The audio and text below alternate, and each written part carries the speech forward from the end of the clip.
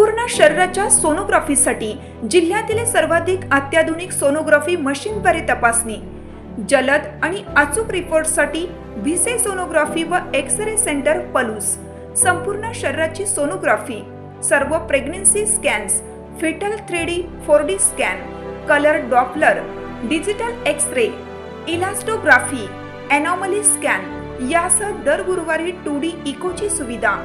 Bhise sonography व X-ray centre Palus, जुने Marathe Bhise hospital जवळ, कन्याशाळा रोड, पलूस।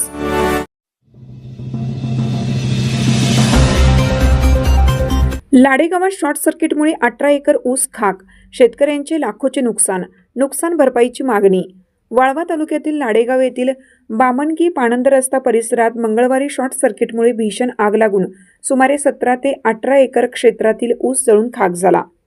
या आगीत दिनकर तुकाराम पाटील, प्रकाश भीमराव पाटील, अमोल सुभाष पाटील, सिंधुताई पाटील, सदाशिव पाटील, बी.जी. पाटील यांच्यासह परिसरातील 20 ते 22 शेतकऱ्यांचे मोठे आर्थिक नुकसान झाले। मिळालेल्या माहितीनुसार लाडेगाव येथील बामणगी पाणंद रस्ता ओढ्याकडील बाजूस असलेल्या शेतातून गेलेल्या विद्युत तारांमध्ये शॉर्ट सर्किट झालं। वाळलेल्या पाचाटामुळे आगीने रौद्ररूप धारण केले आणि पाहता 18 एकरमधील उभा ऊस आगीच्या भक्ष्यस्थानी पडला।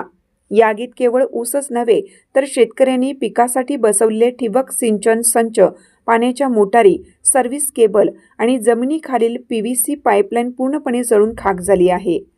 राजाराम बापू आणि वारणा सहकारी साखर कारखाना प्रशासनाने या नैसर्गिक आपत्तीचा विचार करून जळीत ऊस प्राधान्याने गाळपासाठी न्यावा।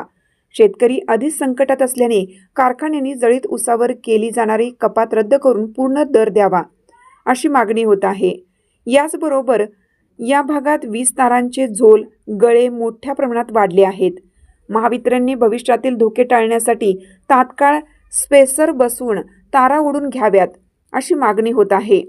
महसूल आणि कृषी विभागाच्या अधिकाऱ्यांनी घटनास्थळी भेट देऊन पंचनामा करावा व शासनाकडून योग्य मोबदला मिळवून द्यावा।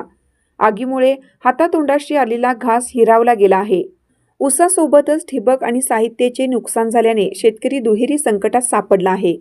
प्रशासनाने आणि साखर कारखान्यांनी आता संवेदनशीलतेने निर्णय घेऊन आम्हाला आधार द्यावा, अशी शेतकऱ्यातून मागणी होत आहे। या घटनेमुळे लाडेगाव परिसरात हळहळ व्यक्त होत असून आता महावितरण आणि कारखाना प्रशासन काय पावले उचलणार याकडे सर्वांचं लक्ष लागलं आहे।